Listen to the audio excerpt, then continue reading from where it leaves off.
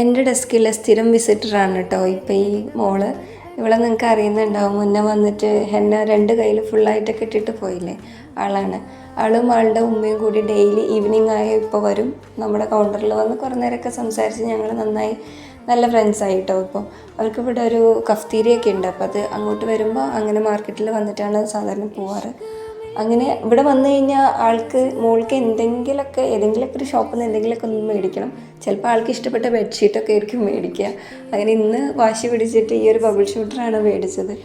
പിന്നെ ഉമ്മയും മോളും കൂടി അത് ഫിക്സ് ചെയ്യാൻ കുറേ നേരം പാടുപെട്ടു. പക്ഷെ അതങ്ങോട്ട് ശരിയാവാതെ പിന്നെ ഷോപ്പിലെ ആൾ തന്നെ വന്നിട്ടാണ് അത് ഫിക്സ് ചെയ്ത് കൊടുത്തത്. അത് കയ്യിൽ കിട്ടിയപ്പോൾ ഭയങ്കര ഹാപ്പി ആയിരുന്നു. ആൾ നിലത്തൊന്നും ആയിരുന്നില്ല. പിന്നെ അതെല്ലാവരും കാണിക്കാനുള്ള ഷോ ഓഫായിരുന്നു. അത് കണ്ട് കുറച്ച് കഴിഞ്ഞപ്പോൾ എവിടുന്നാന്നറിയില്ല വേറൊരു ബട്ടർഫ്ലൈയും കൂടി അവിടെ പറഞ്ഞെത്തി. അവർ കളിയൊക്കെ കുറച്ച് നേരം കണ്ടു നിന്നപ്പോൾ പിന്നെ ഞാൻ വീണ്ടും എൻ്റെ പണിയിലേക്ക് തന്നെ പോയിട്ടോ. കയ്യിലൊക്കെ ഇട്ട് ഫില്ലായപ്പോൾ പിന്നെ ഞാൻ പേപ്പറിൽ ടിഷ്യൂവിൽ ഇങ്ങനെ പ്രാക്ടീസ് ചെയ്യാറാണ്. അപ്പോഴാണ് എനിക്കൊരു കസ്റ്റമർ വന്നത് ഫ്രം ഇന്തോനേഷ്യ. ആൾ ഭയങ്കര സ്വീറ്റായിരുന്നു കേട്ടോ. നന്നായി സംസാരിച്ച് കുറേ നേരം വിശേഷങ്ങളൊക്കെ ചോദിച്ചു. ആൾ ജബിലലിയിൽ വർക്ക് ചെയ്യാണ്. ഇവിടെ എന്തോ വെക്കേഷൻ ആയപ്പോൾ വന്നതാണ് ദുബായ് കാണാനായിട്ട്. പിന്നെ സ്റ്റേജിൽ കുറേ പ്രോഗ്രാംസൊക്കെ നടക്കുന്നുണ്ടായിരുന്നു, ഡാൻസും പാട്ടും കാര്യങ്ങളൊക്കെ ആയിട്ട്. പിന്നെ അതൊക്കെ ഒന്ന് ചുറ്റി നടന്ന് കസ്റ്റമേഴ്സൊന്നും ഇല്ലാത്തതുകൊണ്ട് ഇങ്ങനെ നടന്നു വന്നപ്പോൾ എനിക്ക് വീണ്ടും ഒരു കസ്റ്റമറെ കിട്ടി. അങ്ങനെ ഇന്നത്തെ ദിവസം കുഴപ്പമുണ്ടായിരുന്നില്ല കേട്ടോ. അപ്പോൾ നമുക്ക് അടുത്ത ദിവസം പുതിയ വിശേഷങ്ങളൊക്കെ ആയിട്ട് വീണ്ടും കാണാം.